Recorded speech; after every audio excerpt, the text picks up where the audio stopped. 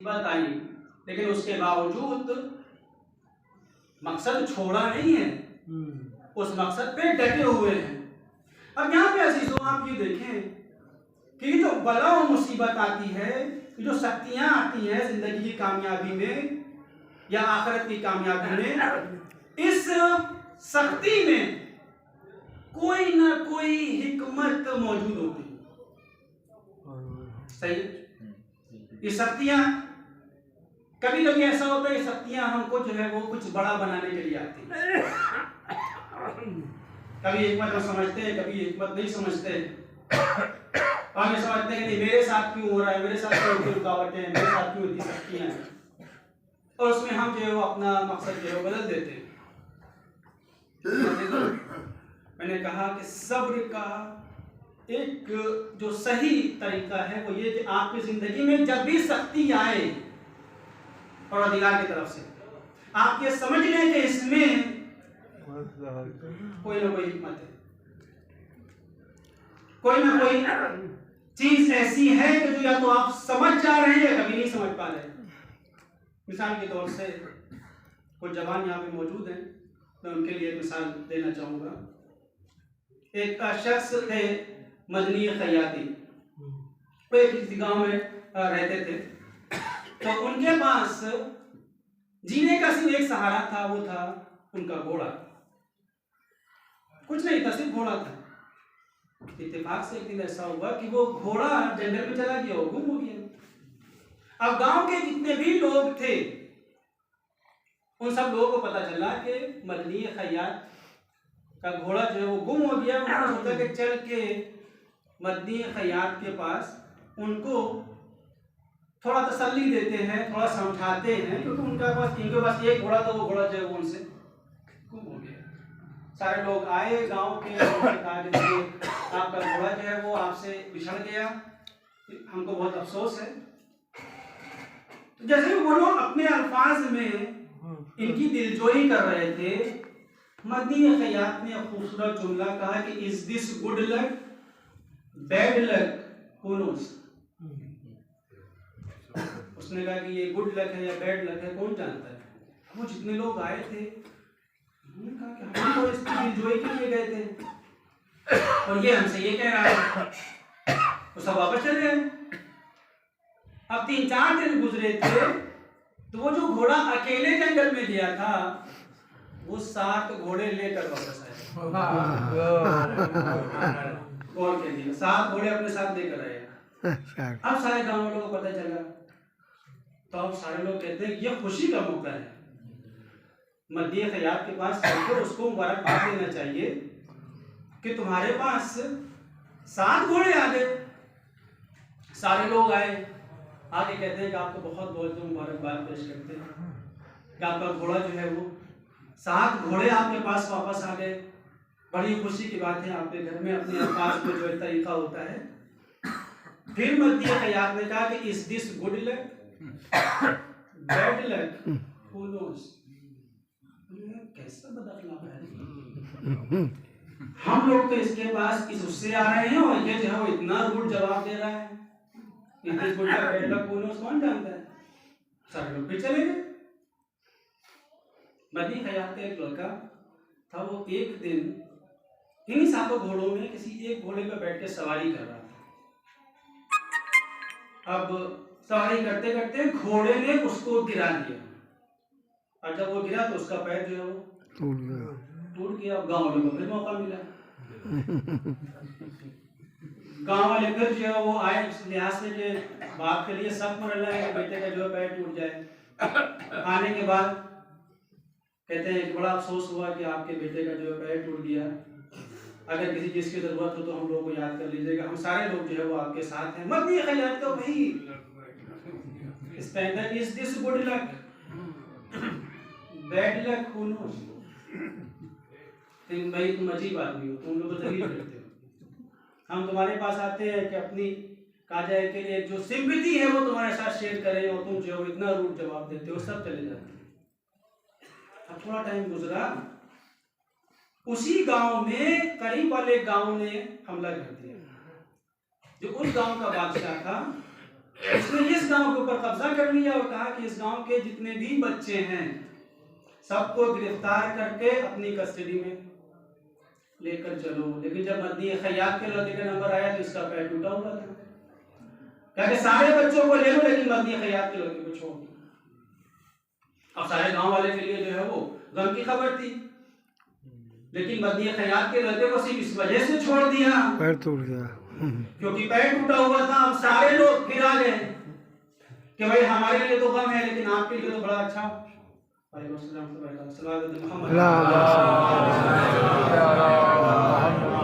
हमारे लिए तो सख्त मामला है, लेकिन आपके लड़के का पैर टूटने की वजह से वो बादशाह उसको लेकर नहीं गया। भाई आप बहुत खुशनसीब हैं, आपके साथ बहुत अच्छा हुआ। मदनी खैयात का वही स्टैंड है, is this good luck bad luck who nose. इस छोटी सी दास्तान से हम एक बहुत बड़ा नतीजा ले रहे हैं। इस कायनात में अजीजों कोई भी चीज सिर्फ बुरी नहीं है, हर चीज में कोई ना कोई खैर पोशीदा है। सख्तियां जो जिंदगी में आती हैं इन सख्तियों में भी खैर है। साहिबान ज़ौक़ तशरीफ फरमा है, कद्र करिएगा। कुरान की आयत ये है कि इन्ना मअल उस्रि युस्रा। कुरान ये नहीं कह रहा कि हर सख्ती के बाद आसानी है, कुरान ये कह रहा है कि हर सख्ती के साथ आसानी है। क्या कह रहा, क्या कह रहा? एक सवाल करते हैं मोहम्मद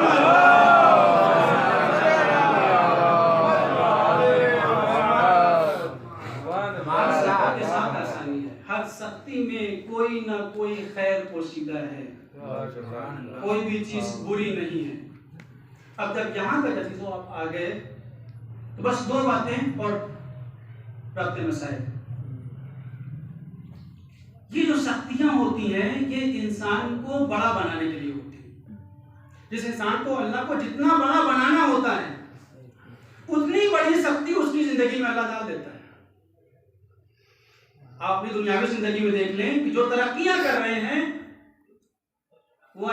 वो बच्चे करते हैं कि जिनके घर में लग्जरी ज्यादा होती हैं, या वो बच्चे करते हैं जिनके घर में सख्तियां ज्यादा होती हैं। दुनिया का जायजा ले लेना। जो तरक्की कर रहे हैं वो आपको वही मिलेंगे जिनके घर में वसाइल नहीं है, जिनके घर में बहुत ज्यादा पैसा नहीं है, जिनके घर में पेरेंट्स की तरफ से बहुत सपोर्ट नहीं है। लेकिन वो बच्चे जिनके घर में सब कुछ मौजूद हो, आप देखिए कहां पहुंच रहे हैं। इसका एक मतलब यह है कि जो सख्तियां होती हैं ये हमें बनाने के लिए होती हैं, बड़ा करने के लिए होती हैं। अल्लाह का कानून ये हो गया कि देखो अगर बड़ा बनना है तो जिंदगी में सख्तियां बर्दाश्त करनी पड़ेगी। अब तुम्हारे ऊपर है कि तुम कितनी सख्तियों को एक्सेप्ट कर लेते हो, उसी लिहाज से उतने बड़े बन जाओगे। अब जब यहां तक आप आ गए, दामन वक्त में गुंजाइश नहीं है, मैं एक दास्तान का सारा यहाँ पे लेना चाहता था, लेकिन मैं अपने जवानों से कहूंगा कि अबू अली सीना की दास्तान जो है वो जाकर आप पढ़िएगा। टाइम मिले आपको नेट पे भी मिल जाएगी उसकी उनकी दास्तान, बायोग्राफी जो है। कितनी सख्तियों के साथ ये इंसान 1500 ईस्वी में, उससे पहले की जिंदगी है उनकी, बाप का इंतकाल हो गया, पढ़ाई का कोई इंतजाम नहीं है, ना कोई कॉलेज है, ना जो है कहीं कोई पढ़ाने वाला है। लेकिन इस शख्स ने पूरी दुनिया की मेडिकल का नक्शा बदल दिया। और आज अगर जो लोग डॉक्टरेट करना चाहते हैं वेस्ट में, इनकी एक किताब है, उसका नाम है कैनन। आपकी डॉक्टरी उस वक्त तक कंप्लीट हो ही नहीं सकती जब तक अबू अली सीना की किताब न पढ़े। सख्त तरीन जिंदगी इन्होंने गुजारी। इनकी जिंदगी के 200 साल के बाद इनकी 500 किताबें जब पब्लिश हुई तो लोगों ने कहा कि एक बहुत बड़ा ब्रेन था कि जो इतना बड़ा कारनामा करके चला गया। जिंदगी में सख्तियां अबू अली सीना की जितनी भरी हैं, आज के जवानों से मैं कह रहा हूं पूरे चैलेंज के साथ, क्या आपकी जिंदगी में उतनी सख्तियां हैं? अगर कोई भी एक मिसाल लाकर दे देगा, मैं इसी जगह से ये बात कह रहा हूं पूरे दावे के साथ, आपको अपनी जिंदगी बहुत आसान मिलेगी अबू अली सीना की वजह से। लेकिन आज अबू अली सीना का मर्तबा दुनिया में हर जगह पर चप्पे चप्पे पर मौजूद है। गोया परवरदिगार ने कहा कि देखो इंसान को पैदा हम बाद में करते हैं, शक्तियां पहले देते हैं। अब जिसको जितना बड़ा बनाना हुआ उसके सामने शक्तियां उतनी ही दान देते हैं। शायद यही वजह है कि तमाम नबी अजीम हैं, लेकिन जिस नबी ने सबसे ज्यादा शक्ति बर्दाश्त की वो उतना ही अजीम है। क्या कहना, सुभान अल्लाह। वो उसी लिहाज से अजीम है। इसीलिए हम कहते हैं कि हमारे 5 उलुल अज़्म नबी हैं, क्योंकि इन्होंने शक्तियां ज्यादा बर्दाश्त की हैं। और इन 5 उलुल अज़्म नबी में सबसे ज्यादा शक्ति बर्दाश्त करने वाला शख्स हमारा आपका नबी है। अल्लाहुम्मा सल्ली अला मोहम्मद व आलि मोहम्मद। अब सारे नबी एक तरफ, हमारा नबी एक तरफ। अब जब आइम्मा की जिंदगी में आए तो आइम्मा ने भी शक्तियां बर्दाश्त की हैं, लेकिन जितनी शक्ति सरकार सैयदुल शुहदा ने बर्दाश्त की है, अल्लाहुम्मा सल्ली अला मोहम्मद व आलि मोहम्मद, जितनी शक्तियां सरकार सैयदुल शुहदा ने बर्दाश्त की है, उतनी बाकी मासूमीन ने नहीं की है। शायद परवरदिगार की यही वजह थी कि परवरदिगार ने कहा कि देखो अगर हुसैन की जिंदगी में इतनी मुसीबतें हैं, इतनी शक्तियां हैं, तो हम हुसैन को इतना बड़ा करेंगे। क्या कहना, कि दिन जुमरात का होगा लेकिन ज़रात हुसैन की होगी, दिन ईद का होगा लेकिन ज़रात हुसैन की होगी। क्या कहना। और खालिक बढ़ के ये आवाज देगा, इन तंसुरुल्लाह यंसुरुकुम, तुम मेरी मदद करोगे मैं तुम्हारी मदद करूंगा। और आप अपनी कैपेसिटी के लिहाज से मदद करेंगे, वो खालिक अपनी कैपेसिटी के लिहाज से मदद करेगा। और अल्लामा इकबाल बढ़ के आवाज देंगे, तुम दिए बादे मुखालिफ से ना घबराए औकाब, ये तो चलती है तुझे ऊंचा उड़ाने के लिए।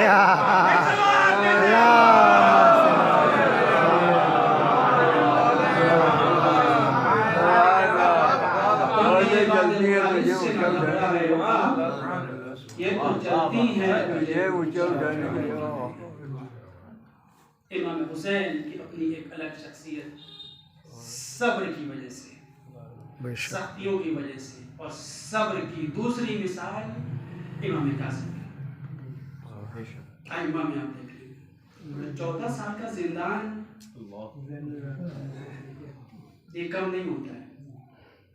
मैं इससे पहले कि मसाइब पे आऊं एक बात कहूंगा अजीजों, अगर आपने ये देखना हो कि सब्र है कि बर्दाश्त है, 2 चीजें हमारे यहाँ। हम बर्दाश्त को सब्र कहते हैं, बर्दाश्त दूसरी चीज है, सब्र दूसरी चीज है। अगर आपने ये देखना है कि आपके घर में कोई मुसीबत हो गई, किसी का इंतकाल हो गया, कोई किसी का माली नुकसान हो गया, अगर आप ये देखना है कि हम साबिर हैं या बर्दाश्त कर रहे हैं, तो आप ये देखिए कि शुक्र वहां पर मौजूद है कि नहीं है। क्या कहना। अगर शुक्र की कैपेसिटी मुसीबत के बाद बढ़ जाए तो वो है सब्र, और अगर शुक्र की कैपेसिटी डिक्रीज हो जाए तो वो बर्दाश्त है, सब्र नहीं है। करबला में जितनी शक्तियां बढ़ रही थी उतना ही शुक्र बढ़ रहा था। क्या और मोहम्मद की लाशें जब खैमे में आई हैं तो ज़ैनब सर सजदा खालिक में रखकर खालिक का शुक्र कर रही है, वहां पर गिला नहीं कर रही है। इमाम कासिम की जिंदगी में शक्तियां, मुसीबतें जब आई हैं तो इमाम कासिम का शुक्र बढ़ गया है, कम नहीं। अभी मेरे अब्बास एक वाक़े का जो सहारा ले रहे थे कि फाइशा को भेजा गया जिंदान में, वो इबादत देखकर, शुक्र देखकर बदल गई। मैं एक बात कहूंगा, दुनिया में हर कोई कैद होता है, हर कोई जिंदान में जाता है, लेकिन जिंदान में जाने के बाद लोग उसको याद नहीं करते। भाई आप देखें इतने लोग कैद हो गए, कैद होने के बाद उनको जिंदान में डाल दिया, क्या जरूरत है कि जो आप उसको और उससे ज्यादा जो है वो परेशान कर रहे भाई, आपने कैद कर दिया, उससे ज्यादा बड़ी चीज तो आप नहीं कर सकते, कैद हो गया, खत्म हो गया। लेकिन इमाम कासिम को कभी इस जिंदान में रखा जा रहा है, कभी उस जिंदान में रखा जा रहा है, कभी उस जिंदान में रखा जा रहा है। क्या वजह है, क्यों जालिम इतना परेशान है? वजह यह है कि इमाम कासिम का सब्र, इस्तिकामत, वो जो मकसद इमाम कासिम का है, इमाम कासिम उस मकसद से हट नहीं रहे, उस मकसद पे डटे हुए हैं। इमाम कासिम हाकिम से दबाव में नहीं थे, हुकूमत इमाम कासिम से दबाव में थी। क्योंकि अगर इमाम कासिम दबाव में होते तो हुकूमत क्यों उनको कैद में डालती? आमतौर से जो लोग दबाव में नहीं होते उन्हीं को ही जेलों में डाला जाता है। और इमाम कासिम का ये मैसेज हम तमाम लोगों को आज के जमाने के लिए है कि देखो, जालिम की हुकूमत हो, तागूत की हुकूमत हो, दबाव में रहने की जरूरत नहीं है। हुकूमत तुम्हारे दबाव में, इस जमाने में हम यहाँ जिंदगी गुजार रहे हैं, ये जमाना वही है। क्या कितने अकादे के मुसलमान बड़े डरे हुए हैं, पता नहीं क्या होने वाला है। भाई आपका एक मकसद है, आप देखिए, मुल्क से मोहब्बत ईमान की निशानी है, ये बिल्कुल होना चाहिए, हर मुसलमान के दिल में होना चाहिए, इसमें पीछे ना हटिए। लेकिन जो आपका मकसद है, उस मकसद में आप पीछे भी ना हटिए। आप ये ना कहिए कि हम यहाँ पे भी कॉम्प्रोमाइज कर लेंगे, हम यहाँ पर भी कॉम्प्रोमाइज कर लेंगे, हम यहाँ पर भी कॉम्प्रोमाइज कर लेंगे। भाई फिर आपका वो कहाँ की सीरत है इमाम कासिम? इमाम कासिम की सीरत ये थी कि देखो, हुकूमत तुमसे दबाव में रहे, तुम हुकूमत से दबाव में ना रहो। यही वजह है कि इमाम कासिम को बदल बदल कर जिंदान में रखा गया। वाजी तो जानते हैं कि कैसा जिंदान था। जिंदान भी ऐसा था, तारीख के फिक्र ये है कि जहां ये नहीं पता चलता था कि सूरज निकला कब और डूबा कब। इमाम कासिम के सलवात के कुछ जुमले हैं, जिसका एक फिक्रा ये है कि अल-मुअज़्ज़फ़ फ़ी क़ारि सुजून, ऐ मौला, ऐ परवरदिगार, सलवात व सलाम हो उस इमाम पर जिसको कैद खाने की तहों में अज़ाब दिया गया। फिर उसके बाद सुलोबिल मताबीर, मतमरा जानते हैं किसे कहते हैं? मतमरा कहते हैं कि एक कुआं हो और उस कुएं के नीचे एक कोठी लगा दी जाए और उस कोठी के अंदर किसी को कैद कर दिया जाए, उसको कहते हैं मितमिरा। और वो कोठी इतनी छोटी हो कि अजीजों, जिसमें इंसान खड़ा भी ना हो सकता हो, आवाज भी ना कर सकता। एक लम्हे के लिए सोचें, आप किसी इंसान से ये कह रहे हैं कि तुमको झुक के चलना है, वो थोड़ी देर तो झुक के चलेगा, फिर कहेगा कि हमको सारी सजा आप दे लो, लेकिन मैं झुक के नहीं चल सकता। कासिम को ऐसे रखा गया। लेकिन भाई, इतना कैद होने के बावजूद हाकिम परेशान क्यों है? क्यों हाकिम कत्ल करना चाहता है? वो इमाम कासिम के शब्द की वजह से। अजीजों, मैं बहुत ज्यादा मसाइब नहीं पढ़ूंगा, लेकिन कुछ जुमले जो है वो तारीख के पढ़ना चाहता हूँ। हारून रशीद मदीने आता है पैगंबर के रोजे के ऊपर, ज़ियारत के बाद एक जुमला कहता है कि अस्सलामु अलैका या इब्नल आम, ऐ मेरे चचाजाद भाई, आप पर मेरा सलाम। इमाम कासिम वही रोजे पर नमाज पढ़ रहे हैं और एक मर्तबा इमाम कासिम नमाज से फारिग होने के बाद रोजे रसूल की तरफ खिताब करके कहते हैं, अस्सलामु अलैका या रसूलल्लाह, अस्सलामु अलैका या अबता।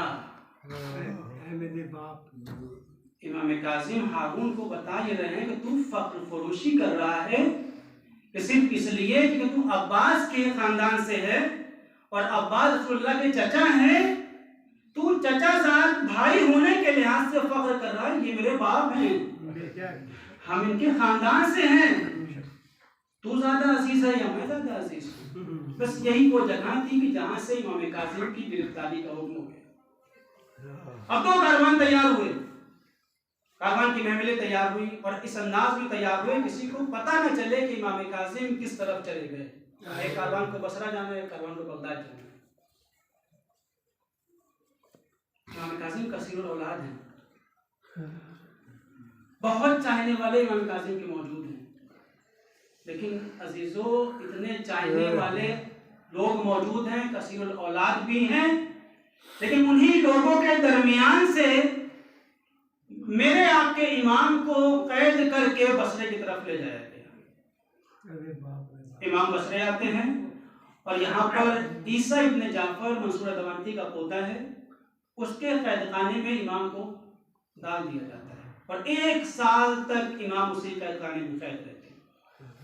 लेकिन 1 साल के बाद ईसा इब्न जाफर हारून को लिखता है, हारून सुन,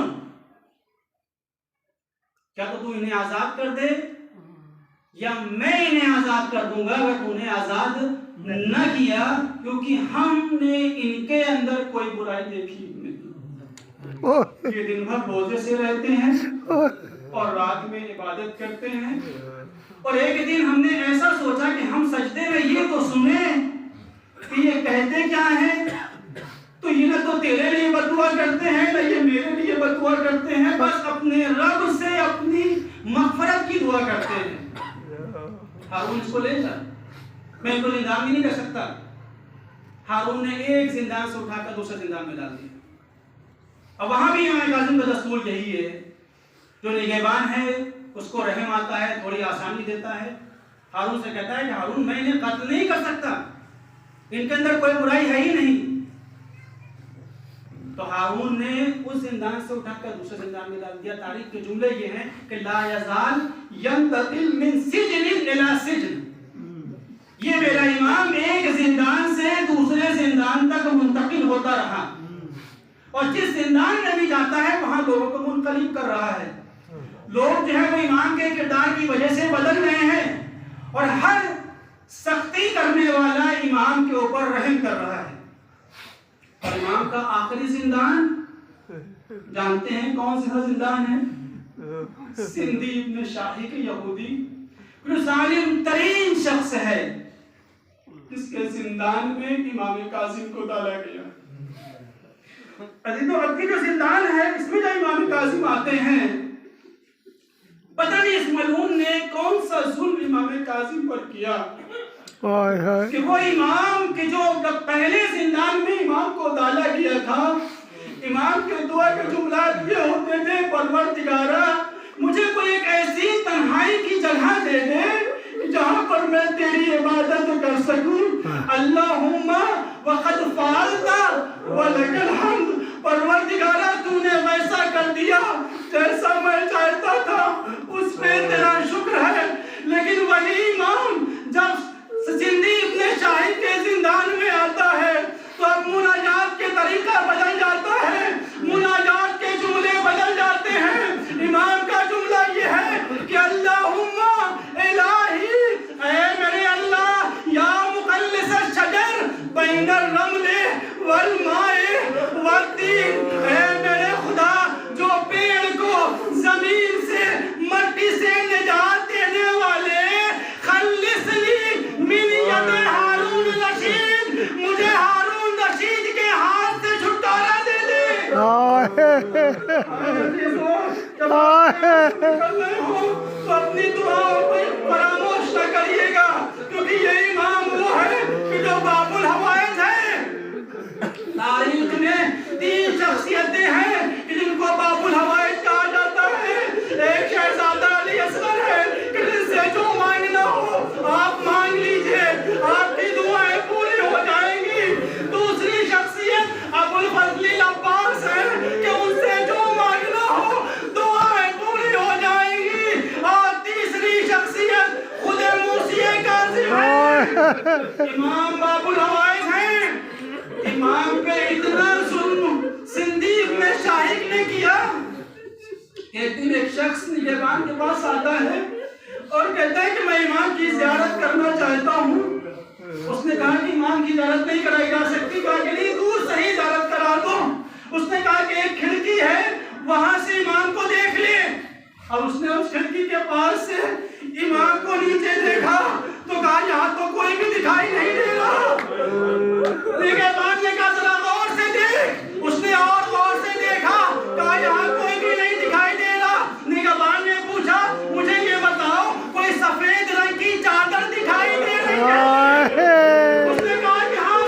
चादर दिखाई दे रही है।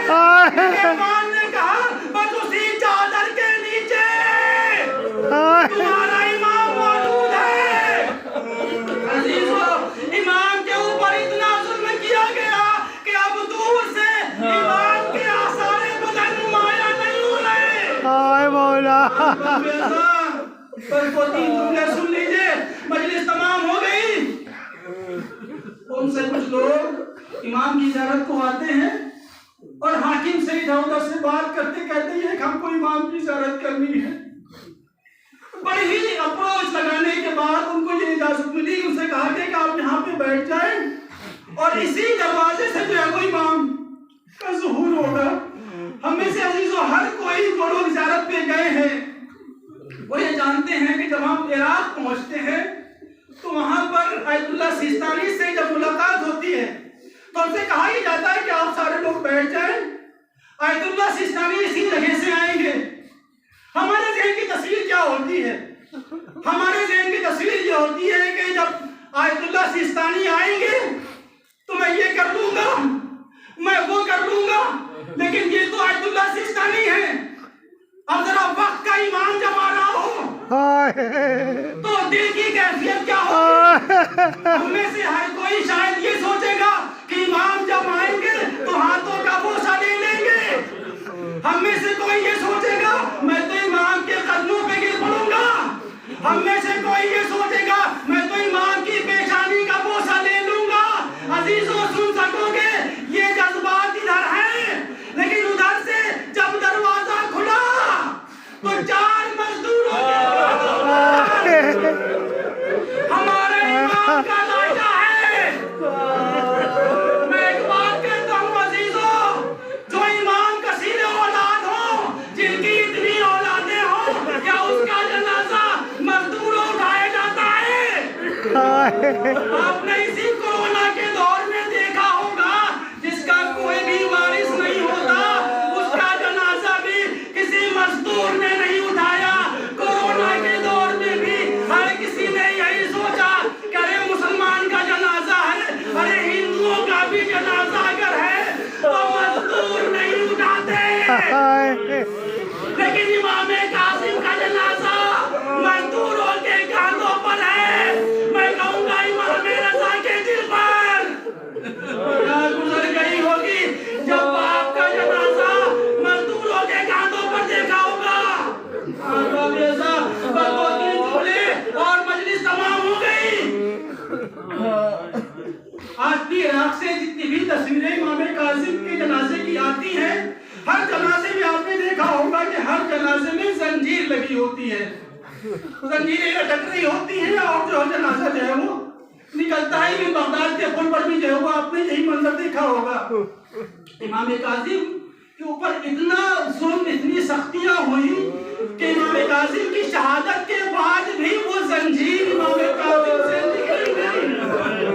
तारीख के कुछ जनाजे ऐसे हैं कि जिसमें जुल्म के साथ साथ सिर्फ जुल्म गोश्त पर नहीं हुआ, वो जुल्म गोश्त से सरायत करता हुआ हड्डियों तक पहुंच गया।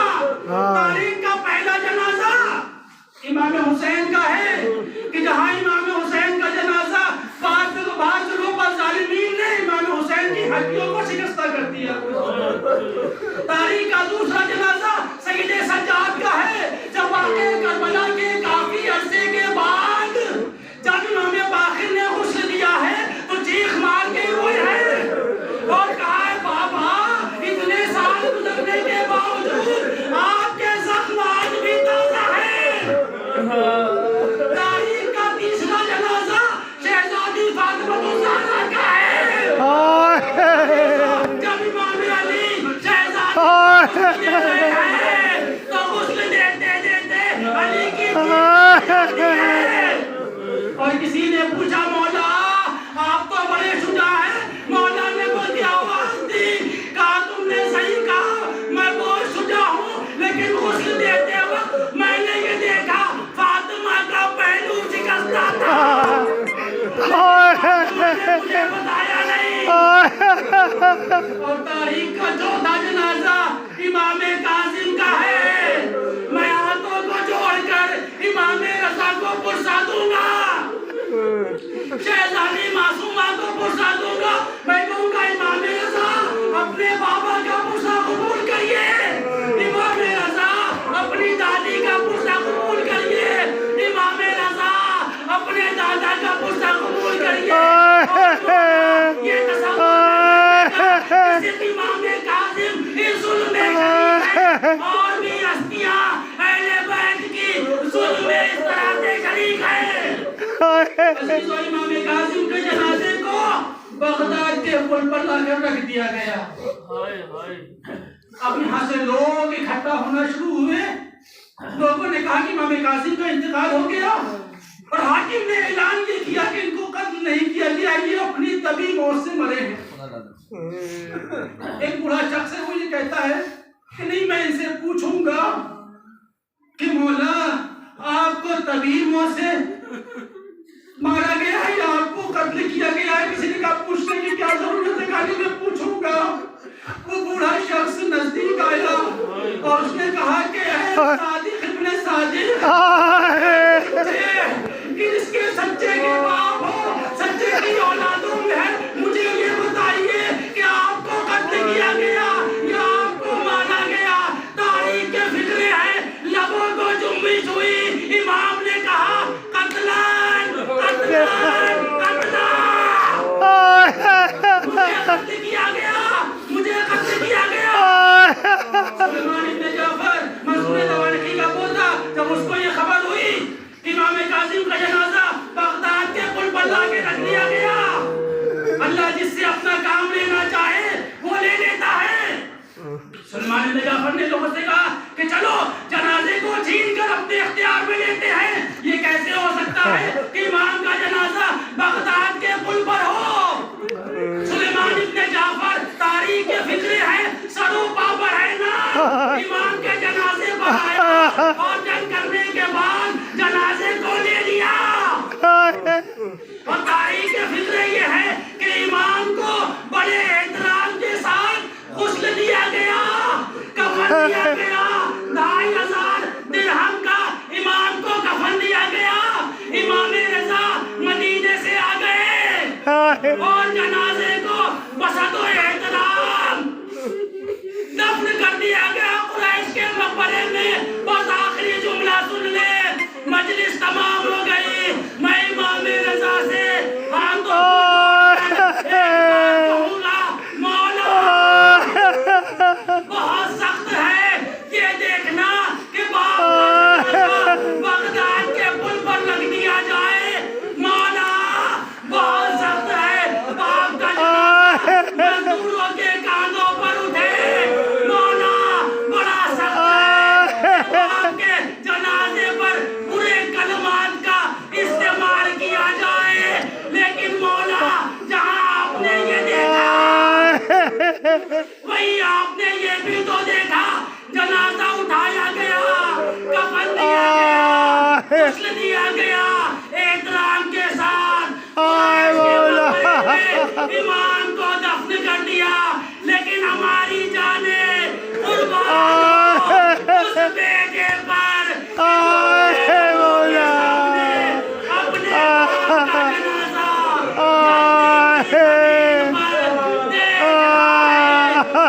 के घोड़े उतार